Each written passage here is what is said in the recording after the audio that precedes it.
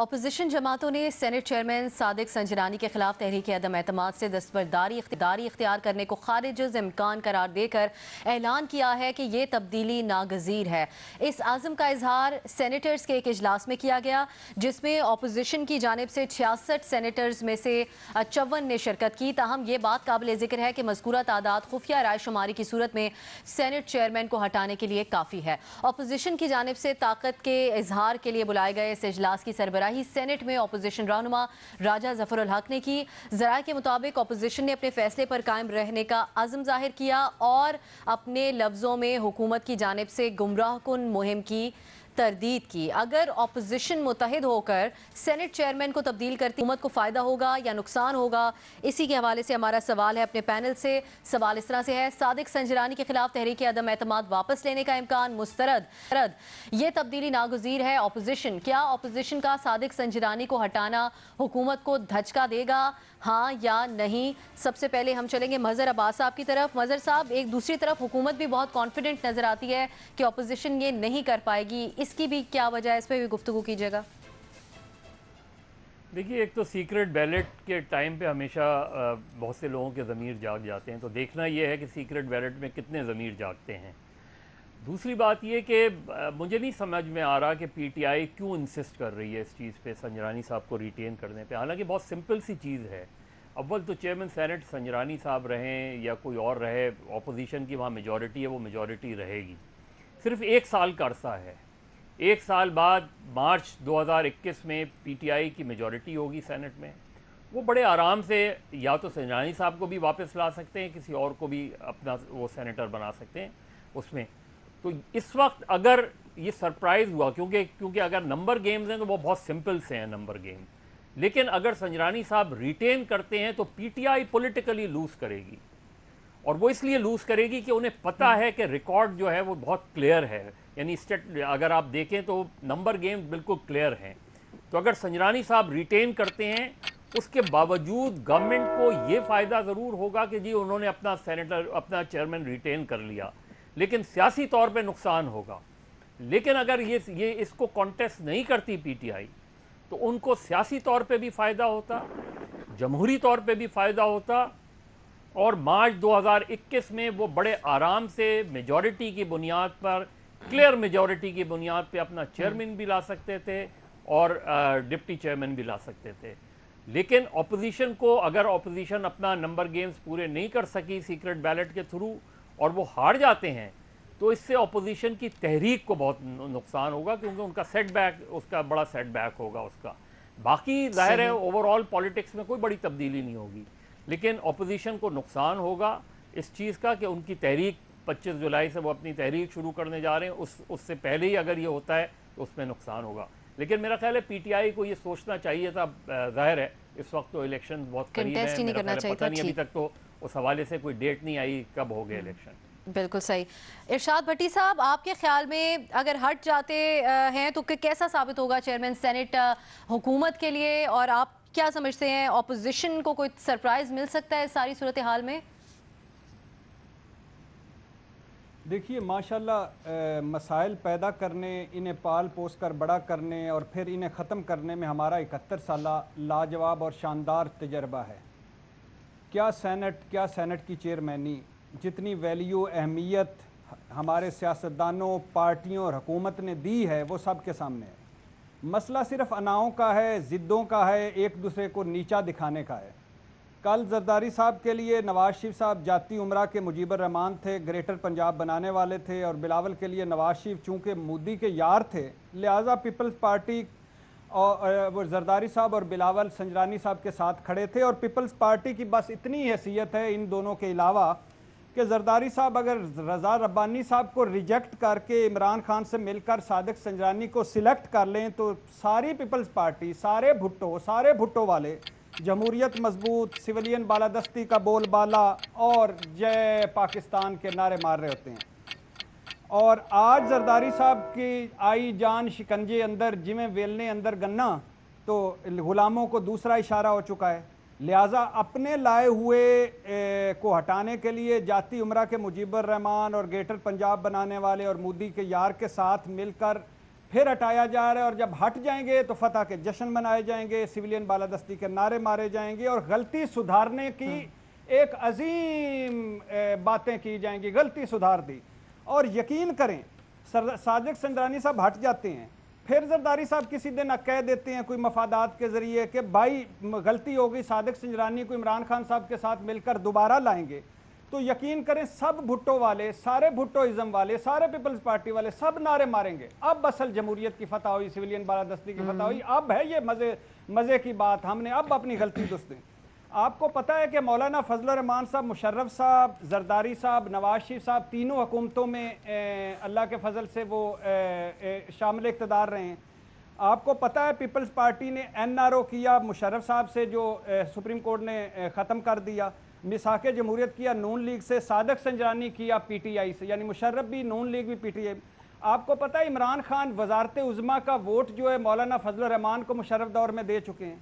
आपको पता है नवाज शरीफ साहब के नून लीग की क्या क्या, कभी पीपल्स पार्टी के साथ, कभी मुशर्रफ के साथ, कभी ज़िया के साथ, तो कभी तो यहाँ कोई कुछ नहीं है, कोई भी कुछ नहीं है। ये मफादात का चक्कर है, ये मफादात का चक्कर है, जाती अनाओं का चक्कर है, जाती। लेकिन अगर हट जाते हैं तो धचका होगा हुकूमत के लिए भट्टी साहब, हाँ या नहीं?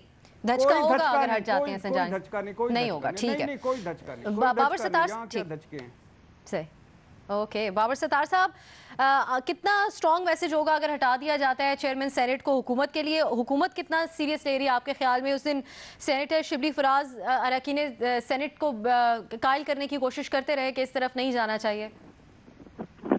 देखिए, मुझे वो निसार साहब का एक फिक्रा याद आ रहा है। वो कई दफ़ा जब जलाल में होते हैं तो इस्तेमाल करते हैं कि क्या पिद्दी और क्या पिद्दी का शुरबा। ये हुकूमत का कोई चक्कर नहीं है इसके अंदर। सादिक संजरानी हमारे सामने आए हैं पर्दा स्क्रीन के ऊपर, तो वो क्या PTI के कैंडिडेट थे उस वक्त? उनकी वो इस हुकूमत की वजह से बने थे। बाप पार्टी ओवरनाइट कैसे बन गई, कहाँ से निकली, बलोचिस्तान की हुकूमत कैसे गिरी, किस तरह से वोट मिले संजरानी साहब को, यानी ये हमारे सामने की बात है ना। अब जो लान तान PPP के ऊपर की जा रही है वो ये है कि अगर अपने असूल बेचे थे पिछले साल आपने, तो अब आपका ज़मीर क्यों जागा कि आप दोबारा से असूल पे आके या दोबारा से ये कह रहे हैं कि सादिक संजरानी को अब हम सपोर्ट नहीं करेंगे। तो गवर्नमेंट ये तो नहीं कह रही कि हमारा कोई डेमोक्रेटिक राइट है, हमारी मेजॉरिटी है सेनेट के अंदर, हमारा ये डेमोक्रेटिक राइट है एज ए मेजॉरिटी पार्टी कि हम अपना नामजद करें सेनेट चेयरमैन और वो सेनेट चेयरमैन रहे, और ये अनडेमोक्रेटिकली और ये जो फायदा उठाते हुए कि शो ऑफ हैंड से चेयरमैन नहीं बनना, इसका फायदा उठाते हुए ऑपोजिशन पार्टीज वोट तोड़ के पैसे दे के तो अपना चेयरमैन बनाना चाह रही है। बात ये तो नहीं हो रही यहाँ पे। बात तो यही हो रही है कि ऑपोजिशन पार्टीज अगर उनका एक कंसेंसस है और उनके पास नंबर्स हैं, वो अपना चेयरमैन बनाना चाहती हैं, लेकिन गवर्नमेंट ये कह रही है कि हम नहीं बनने देंगे और हम इंश्योर करेंगे कि जो वोट PPP और PMLN और बाकी ऑपोजिशन पार्टीज के खाते में वो ना पड़े सादिक संजरानी के खिलाफ। ये पॉलिटिक्स है। अब इसके अंदर गवर्नमेंट को क्या नुकसान होना, यानी इसमें तो कोई नुकसान की बात नहीं है ना। बात यह है कि जो उनके क्रेडेंशियल्स हैं उन्हीं के ऊपर वो खड़े हैं। ठीक, ज़ाती तौर पे कोई नुकसान हुकूमत को इससे नहीं होगा। ऑप्शन आप ले रहे हैं। सलीम साफ़ी साहब, आपके ख्याल में हुकूमत ने जिस तरीके से सारे मामले को देखा है, जिस तरह से रिएक्ट किया है, क्या वो तरीक़ाकार दुरुस्त था? और सवाल के जवाब में क्या ऑप्शन लेंगे आप? देखिए, एक तो ये कि अगर तहरीक एतमाद उनके ख़िलाफ़ कामयाब हो जाती है और संजरानी साहब रुखसत हो जाते हैं तो यकीनन ये तो हुकूमत के लिए एक धचका होगा। लेकिन सवाल ये है कि क्या वाकई उनको हटा दिया जाएगा? मेरे ख़्याल में ये बात अभी यकीनी नहीं है कि अपोजिशन कामयाब हो जाएगी और हुकूमत नाकाम हो जाएगी।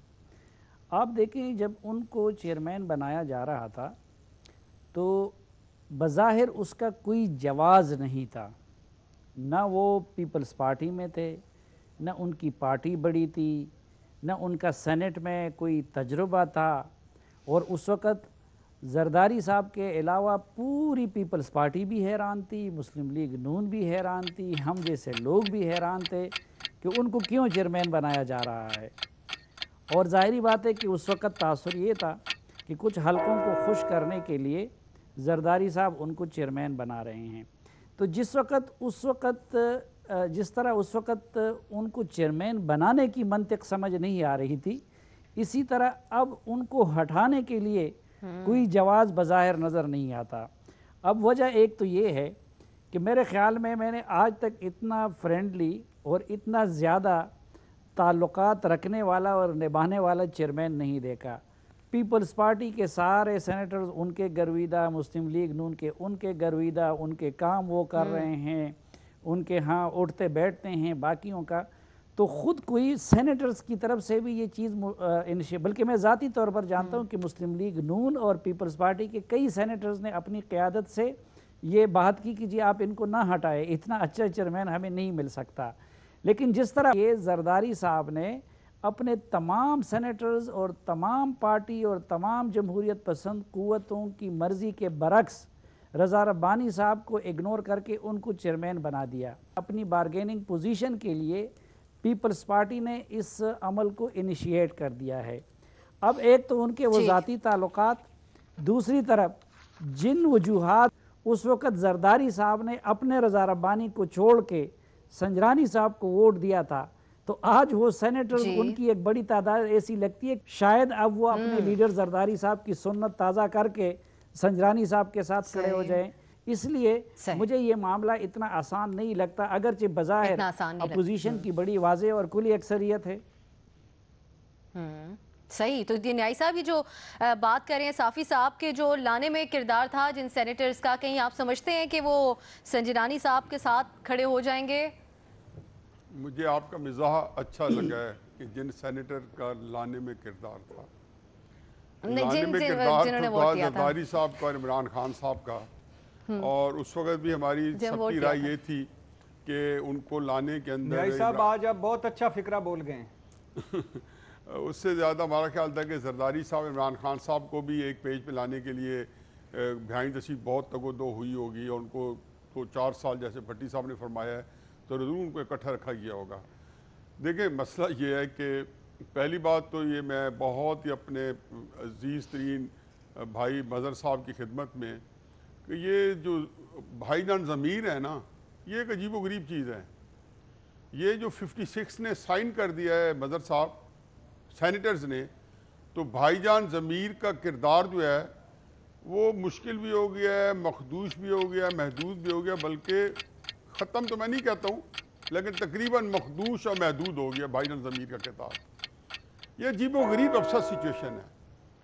ये वो सिचुएशन है कि जिसके अंदर सेनेट का इलेक्शन हारे ना अपोजिशन तो सबसे ज़्यादा मुंह काला इन 56 सिग्नेचर्स के बाद हुकूमत का होगा।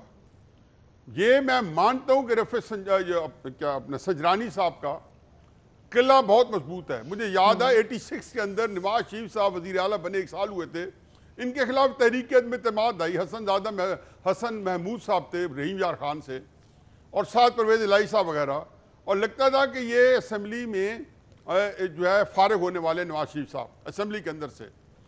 तो वहाँ पे ज़ियाउल हक साहब जो सौंप चुके थे सियासतदानों को, उनका बयान आया कि नवाज शरीफ साहब का कोई बंदा बाल बेकार नहीं कर सकता, कि नवाज शरीफ का किला बहुत मजबूत है। लेकिन ये किले कई दफ़ा उखड़ चुके हैं। 88 के अंदर IGI ऑपरेशन मिडनाइट जैकॉल बनने के बावजूद बेनज़ीर जीत गई थी इन किलों के खिलाफ। फिर इन्हीं किलों ने वोट ऑफ नो कॉन्फिडेंस लेके आए थे बेनज़ीर को, और 1 वोट की हुकूमत थी 89 के अंदर। किला मजबूत था लेकिन बेनज़ीर साहब को वो हिला नहीं सके थे। वो 1 वोट से अपनी हुकूमत बरकरार रखने में 2 वोट से, जिसमें छांगा मांगा जो नवाज शरीफ के हक जिम्मे डाला जाता है, झूठ के बोल रहा है। सबको पता है कि छांगा मांगे में नवाज शरीफ को कोई रोल नहीं था, उसका वैसे भी मुल्क की सियासत में उसको कोई रोल नहीं था जब छांगा मांगा बनाया जा रहा था। ये जरूर था कि किसी सूबे के अंदर वो वज़ीर आला होंगे, करते रहे होंगे।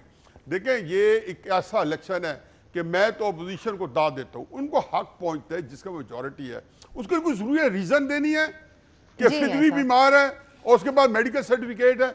भाई उनकी एक चाहते हैं तब्दील हो जाए, मेजॉरिटी चाहती है, रीजन कोई भी हो, ठीक है। इनके पीछे वो शायद हो सकता है उनके पीछे भी कोई साजिश हो, मेरे साथी कह रहे हैं हो सकता है कोई साजिश ना हो, अपोजिशन अपने तौर पर उनको तब्दील करना चाहती हो, उनका मेजॉरिटी है, तब्दील कर लेंगे, तब्दील करेंगे तो भी जीत जाएंगे, हार के भी जीतेंगे। क्योंकि मुंह काला गवर्नमेंट रहेगी इन 56 सिग्नेचर के बाद। मतलब वो मोहित साहब की तरफ जाएंगे। न्याय साहब वक्त खत्म हो रहा है मेरे पास, माजरत आपसे कता कलामी की। मोहित साहब, हटाने का जवाब अभी तक वाजे नहीं है सादिक संजरानी को क्यों अपोजिशन हटाना चाह रही है, तो आप समझते हैं कि उस सूरत में भी अगर हटा दिया जाता है फिर भी कोई नुकसान होगा हुकूमत को सियासी तौर पर भी या किसी तरह भी? देखिए जी, मेरे नज़दीक तो ये नूरा कुश्ती है, ना इसका गुस्सार है ना पैर है। जवाज इसलिए नहीं समझ आ रहा कि जवाज है ही नहीं। एक चेयरमैन सेनेट का जो पहले हुआ जब वो लेके आए, अब इस वक्त ये है कि जहां जहां हुकूमत को गंदा किया जा सकता है उनको किया जाए, तो ये एक बिल्कुल वाज़ेह मौका है। चेयरमैन साहब जो हैं वो अपोजिशन की बात उस तरह नहीं सुन रहे, हालांकि ये सलीम साहब की बात दुरुस्त है कि वो हर एक के साथ उनके ताल्लुकात ठीक है, लेकिन बात ये है सिंपल सी कि मुझे तो ये नजर ही नहीं आता कि धचका है किस चीज का। चेयरमैन सेनेट है, अगर ऑपोजिशन के नंबर हैं वो किसी भी दिन ये आए वोट कराएं और इनको निकाल दें प्रोसेस के तहत, वो अगला चेयरमैन आए उसको भी निकाल सकते हैं। 1 साल बाद ये नंबर खुद ही तब्दील हो जाएंगे।